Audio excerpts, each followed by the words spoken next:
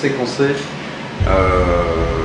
du VIH et certaines régions du virus correspondant aux gènes ciblés par les antirétroviraux.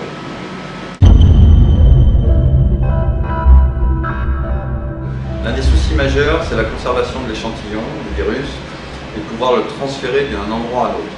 Alors le plasma a l'inconvénient de devoir être congelé, et dans la région ça pose de gros problèmes. D'abord d'avoir des endroits où on puisse congeler le plasma, s'il y a beaucoup d'endroits qui ne sont pas équipés, et d'autre part de transport. Donc l'autre solution, c'est d'utiliser des gouttes de sang séchées sur papier buvard, et donc ces gouttes de sang, on en récupère, on extrait le virus que l'on séquence après.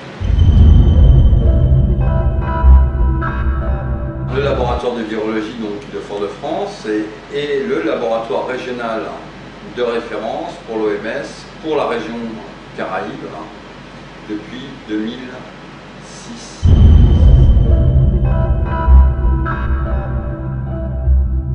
Suivre aussi l'évolution des résistances permettra d'améliorer le suivi des personnes.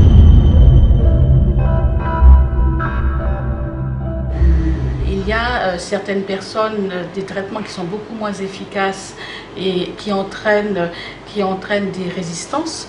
Donc ces traitements deviennent à ce moment-là vraiment pas efficaces.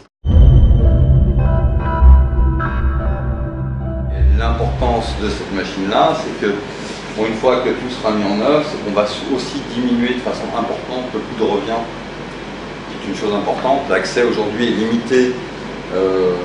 Pour les patients de la Caraïbe, il est limité par le coût de revient. Aujourd'hui, le coût de revient, si c'est envoyé aux États-Unis, c'est de $500 par test, c'est ce que ça coûte.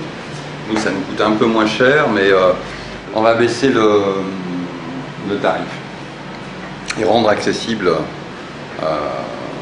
largement aux patients de la région.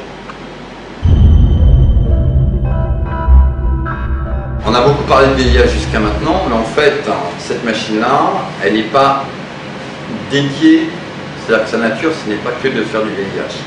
C'est-à-dire qu'elle va aussi permettre, à côté du projet Interreg, qui est un projet accès VIH, aussi permettre l'accès au séquençage, mais donc aux techniques de séquençage, mais dans la prise en charge d'autres types de pathologies, en cancérologie,